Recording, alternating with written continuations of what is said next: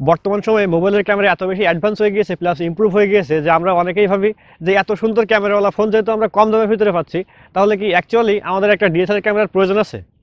আমি আপনাকে ছোট্ট একটা গল্প শোনাই। বেশ কিছুদিন আগে আমার মামার বিয়ে হয়েছে, তো সেখানে আমি ক্যামেরা নিয়ে ভিডিও শ্যুট করতে গিয়েছিলাম, ফটোশ্যুট করতে গিয়েছিলাম। তো এইখানে একজন ভাইয়া একটা ফোন নিয়ে আসছিল, ওপ্পোর ফোন। তো ওই ফোনের ক্যামেরাটা অনেক সুন্দর ছিল। তো আমার পাশে শিমুল ছিল, আমাদের টিমের সদস্য, জানেন আপনারা। তো শিমুল দেখে কি যে আমার ক্যামেরার থেকে হচ্ছে আপনার যে মোবাইলের ক্যামেরা এটাতে ভালো ছবি আসছে, মানে ইন্টারফেসটা অনেক সুন্দর আসছে। তো আমারও বলতেছে যে তোর ক্যামেরা ভালো না, ফোনের ক্যামেরা অনেক সুন্দর। তো এরকম ধারণা কিন্তু আমাদের সকলের মনে থাকে যে অ্যাকচুয়ালি ফোনের ক্যামেরা বেস্ট নাকি হচ্ছে ডিএসএলআর ক্যামেরা বেস্ট। তো এই সম্পর্কে আমি আজকে ভিডিওতে একটা ডিটেলসে কথা বলবো আপনাদের সাথে, যেহেতু এটা নিয়ে অনেক কনস্পিরেসি থিওরি কিন্তু আমাদের মনের ভিতরে থাকে অনেক সময়। তো আশা করবো ভিডিওটা সম্পূর্ণ শেষ পর্যন্ত দেখবেন, যেহেতু mobile camera versus DSLR camera, ভিডিওটা অনেক বেশি ইন্টারেস্টিং হবে। So welcome back guys, fantastic tech and photography চ্যানেলের নতুন একটি ফ্যান্টাস্টিক ভিডিওতে আপনাদের সবাইকে স্বাগতম। এরকম সুন্দর সুন্দর ভিডিও কিন্তু আমরা রেগুলারলি তৈরি করে থাকি, সেগুলো দেখতে চাইলে মিষ্টি করে নিচ থেকে আমাদের চ্যানেলটিকে সাবস্ক্রাইব করে আমাদের এই ফ্যান্টাস্টিক ফ্যামিলির সদস্য হয়ে যান। সো আজকের এই ভিডিওতে আমরা 4টা পয়েন্টের উপরে ভিত্তি করে এই বিচারটা করব যে এই 4টা পয়েন্টের অনুযায়ী যে ডিএসএলআর ক্যামেরা বেস্ট নাকি হচ্ছে ফোনের ক্যামেরা বেস্ট, ঠিক আছে? তো চলেন ভিডিওটা শুরু করা যাক। পয়েন্ট নাম্বার 4, 4 নম্বরের যে পয়েন্টটা সম্পর্কে আমরা আলোচনা করবো সেটা হচ্ছে পোর্টেবিলিটি।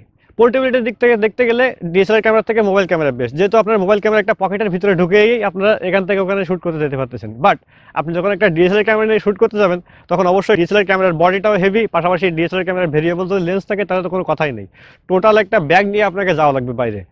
তো এটাতে কিন্তু পোর্টেবিলিটির ক্ষেত্রে আমি বলবো যে মোবাইলের ক্যামেরা বেস্ট, যেহেতু আপনার মোবাইলের ক্যামেরা বের করলেন সাথে সাথে একটা ছবি ক্লিক করবেন। আবার অনেক সময় হয় কি বিভিন্ন পার্কে কিন্তু ডিএসএলআর ক্যামেরা রেস্ট্রিক্টেড থাকে, মানে ক্যামেরা নিয়ে যাওয়া কিন্তু নিষেধ থাকে, সেক্ষেত্রে আপনারা ডিএসএলআর ক্যামেরা দিয়ে পার্কের ভিতরে যেয়ে কিন্তু ছবি তুলতে পারবেন না। এরকমটা আমাদের হরহামেশাই ফেস করতে হয় মাঝে মধ্যে যখন আমরা শ্যুট করতে যাই। তো এই ক্ষেত্রে আমি বলবো মোবাইলের ক্যামেরা বেস্ট, যেহেতু মোবাইলের ক্যামেরার কোনো এন্ট্রি ফি লাগে না বা মোবাইলের ক্যামেরা দিয়ে সব জায়গায় ছবি তোলা যায়। তো আমার কাছে মনে হয় পোর্টেবিলিটির দিক থেকে মোবাইলের ক্যামেরা বেস্ট। নাম্বার 3, সব থেকে গুরুত্বপূর্ণ যে বিষয়টা সেটা হচ্ছে সেন্সর সাইজ। আমাদের মনে সবসময় একটা ভুল ধারণা থাকে, যেটা হচ্ছে যে আমরা ভাবি কি যে একটা মোবাইল বর্তমান সময় কিন্তু 30-35 হাজার টাকা দামের মোবাইলে কিন্তু আমরা 108 মেগাপিক্সেলের ক্যামেরা পাই, কিন্তু আপনি যদি একটা 50 হাজার টাকা দামের ডিএসএলআরও কেনেন সেক্ষেত্রে আপনারা মেগাপিক্সেল পাবেন মাত্র 18।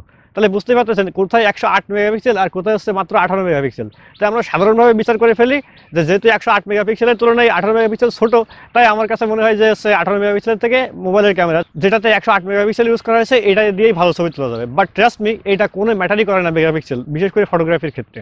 মানে মোবাইল ক্যামেরা সেন্সর এবং ডিএসএলআর ক্যামেরা সেন্সর দুইটার ভিতরে কিন্তু আকাশ পাতাল পার্থক্যের সমান। আমি একটা ডিসপ্লেতে এখন ছবি দেখাচ্ছি আপনাদেরকে, দেখতে পাচ্ছেন ডিএসএলআর ক্যামেরার যে সেন্সর সাইজটা সেটা কতটা বড়, পাশাপাশি মোবাইল ক্যামেরা সেন্সর কিন্তু খুবই ছোট। তো এই সেন্সর সাইজের এই যে ছোটো বড়ো হওয়ার কারণে কিন্তু ছবিতে বিশাল একটা ইম্প্যাক্ট ফেলে। যেমন যদি সেন্সর সাইজ বড় থাকে তাহলে আপনার বেটার ডাইনামিক রেঞ্জ পাবেন, পাশাপাশি ছবির শার্পনেস এবং ডিটেলস দুইটাই অনেক বেশি পাবেন। আমরা যদি অন দ্য আদার হ্যান্ড চিন্তা করি যে মোবাইলের যেসব ক্যামেরা সেন্সর থাকে সেগুলো অনেক ছোট হয়ে থাকে, তো আমরা ওই যে বললেন না চোখ চক করলেই শোনা হয় না, ঠিক ওরকম ছবি দেখতে হয়তো আপনার কাছে অনেক সুন্দর লাগবে, যখন আপনি জুম করবেন তখন দেখবেন যে ডিটেলসের ঘাটতি রয়েছে, শার্পনেসের ঘাটতি রয়েছে, ডাইনামিক রেঞ্জ ভালো নেই। পাশাপাশি সেন্সর সাইজ যেহেতু ডিএসএলআর ক্যামেরার বড় থাকে তাই লো লাইটের পারফরমেন্সটা অনেক ভালো পাবেন আপনারা। অন দ্য আদার হ্যান্ড যদি আমরা মোবাইলের ক্যামেরার কথা চিন্তা করি, মোবাইলের ক্যামেরা দিয়ে কিন্তু লো লাইটে আপনারা ফ্ল্যাগশিপ যেসব ফোন রয়েছে সেসব ক্যামেরা দিয়েও কিন্তু লো লাইটে ভালো ধরনের ছবি তুলতে পারবেন না। সো এই যে বিষয়টা সেন্সর সাইজের, এই সেন্সর সাইজটা বড় হওয়ার কারণে ডিএসএলআর ক্যামেরা ডজন অনেক এগিয়ে থাকবে অবশ্যই ফোন ক্যামেরার দিক থেকে। তো আমি বলবো এই যে 3 নম্বর যে পয়েন্টটা বললাম সেন্সর সাইজ, ক্যামেরা যখন আপনি কিনবেন ডিএসএলআর ক্যামেরা হোক বা ফোন ক্যামেরা, তখন দেখবেন সেন্সর সাইজটা যত বড় রয়েছে সেই ধরনের ক্যামেরাওয়ালা ফোন অথবা সেই ধরনের ডিএসএলআর ক্যামেরা কেনার চেষ্টা করবেন। সেন্সর সাইজটা এক ধরনের গোল্ডের মতো, সেন্সরের দামটা কিন্তু সব থেকে বেশি ফটোগ্রাফির ক্ষেত্রে। দেখবেন অনেক সময় হচ্ছে ডিএসএলআর ক্যামেরা যে ফুল ফ্রেম এবং হচ্ছে ক্রপ সেন্সর, এই দুইটা কিন্তু ভাগ রয়েছে। তো ফুল ফ্রেম ক্যামেরাগুলোর দাম কিন্তু সাধারণত বেশি থাকে কারণ সেন্সর সাইজটা বড় থাকে এই কারণে। সো মেইন কথা হচ্ছে সেন্সর সাইজ যে ক্যামেরার বেশি বড় থাকবে অবশ্যই সেই ক্যামেরা দিয়ে আপনারা ভালো কোয়ালিটির ছবি পাবেন। পয়েন্ট নাম্বার 2, 2 নম্বর পয়েন্টটা বলার আগে ভিডিওটা নিশ্চয়ই ভালো লাগছে, এত সুন্দর রিসার্চ করে আপনার জন্য ভিডিও তৈরি করি, তাই ভিডিওতে অবশ্যই একটা লাইক দিবেন, কারণ আপনার লাইক দেখলে আমাদের ভিডিও তৈরি করার উৎসাহ অনেকটা বেড়ে যায়।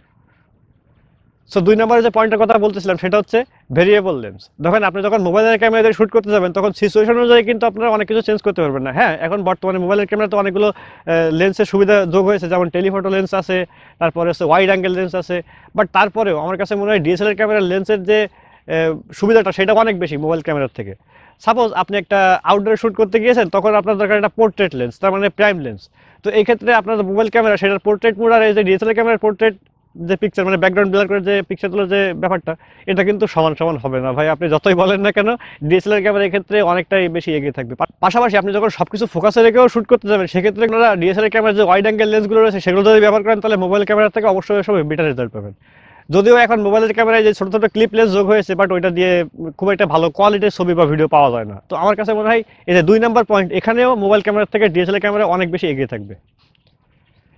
নাম্বার 1, প্রথম যে পয়েন্ট, মানে আজকের ভিডিওর একেবারে মেইন যে পয়েন্ট, সেটা হচ্ছে স্লো মোশন ভিডিও। বর্তমান সময় আপনারা জানেন যে শর্ট ফিল্ম তৈরি হচ্ছে অনেক বেশি, বা পাশাপাশি অনেকেই যে ছোট ছোট নাটক তৈরি করতেছেন। তো এই সমস্ত করার জন্য আমাদের কিন্তু স্লো মোশনের যে ভিডিও রেকর্ডিংয়ের যে সিস্টেমটা, এটা কিন্তু অনেক বেশি প্রয়োজন। তো আমার কাছে মনে হয় মোবাইলের ক্যামেরাতে অনেক দেখবেন যে ডিএসএলআর ক্যামেরার তুলনায়, আমি যদি উদাহরণস্বরূপ বলি আপনাদেরকে, যে আপনি যদি একটা 50,000 টাকা দামের ডিএসএলআর ক্যামেরা কেনেন, সেই ক্যামেরা দিয়ে কিন্তু আপনারা সর্বোচ্চ 60 এফপিএস ভিডিও শুট করতে পারবেন। কিন্তু আপনি যদি 30,000 টাকা দিয়ে বা 20,000 টাকা দিয়ে একটা মোবাইল ফোন কেনেন, সেক্ষেত্রে আপনারা 120 এফপিএস ভিডিও শুট করতে পারবেন। সো ইন্টারফেস দেখলে আপনার কাছে মনে হয় যে 120 এফপিএস যেহেতু আমি ভিডিও করতে পারতেছি মোবাইল ক্যামেরা দিয়ে, তাই স্লো মোশনটা অনেক সুন্দর হবে। বাট না, এই ক্ষেত্রে একটা মিসকনসেপশন রয়েছে আমাদের মনে, সেটা হচ্ছে যে ডিএসএলআর ক্যামেরা কিন্তু বিট রেটটা অনেক বেশি থাকে মোবাইল ক্যামেরার তুলনায়। এই বিট রেটটা কিন্তু স্লো মোশনের ক্ষেত্রে অত্যন্ত গুরুত্বপূর্ণ ভূমিকা পালন করে। তাই যদি স্লো মোশন ভিডিও রেকর্ডিংয়ের কথাও যদি চিন্তা করেন, তাহলে সেক্ষেত্রে অবশ্যই ডিএসএলআর ক্যামেরা মোবাইল ক্যামেরা থেকে বেটার পারফরমেন্স করবে। তো সব মিলিয়ে আমরা এটা বুঝতে পারলাম যে হ্যাঁ, অবশ্যই এখনো পর্যন্ত মোবাইলের ক্যামেরা ডিএসএলআর ক্যামেরার কাছাকাছিও যেতে পারিনি। যদিও এখন বর্তমান সময়ে যেরকম আইফোন 13 প্রো যেটা বের হয়েছে এখন, পাশাপাশি স্যামসাং গ্যালাক্সি নোট 21, এই যেসব ফোনগুলো রয়েছে, সেগুলো কিন্তু অনেক ভালো ভালো বেটার ক্যামেরা আপনাদেরকে অফার করতেছে। বাট স্টিল এখনো পর্যন্ত ডিএসএলআর ক্যামেরার কাছাকাছি যেতে পারেনি, আর হয়তো যেতে চাইলেও অনেক সময় সম্ভব হয়ে উঠবে না, যেহেতু মোবাইলের ভিতরে কিন্তু ক্যামেরা বাদেও অনেক কম্পোনেন্ট থাকে। কিন্তু ডিএসএলআর ক্যামেরাতে শুধুমাত্র ক্যামেরা রিলেটেড জিনিসপত্র থাকবে। তাই অবশ্যই মোবাইলের ক্যামেরা এবং ডিএসএলআর ক্যামেরা কখনোই পাশাপাশি আসতে পারবে না। তো যাদের মনে এই যে ভুল ধারণাটা ছিল, আশা করি ক্লিয়ার হয়েছেন, তাই না? তো ভিডিওটা নিশ্চয়ই ভালো লেগেছে। ভালো লাগলে অবশ্যই একটা লাইক দিবেন, কমেন্ট করে জানাবেন এই ধরনের ভিডিও আপনারা চান কিনা। পরবর্তীতে আমি অবশ্যই চেষ্টা করবো এই ধরনের ভিডিও তৈরি করে আপনাদের হেল্প করার জন্য। তো দেখা হবে অন্য কোনো একটি ফ্যান্টাস্টিক ভিডিওতে। সে পর্যন্ত সবাই ভালো থাকেন, সুস্থ থাকেন। আল্লাহ হাফেজ।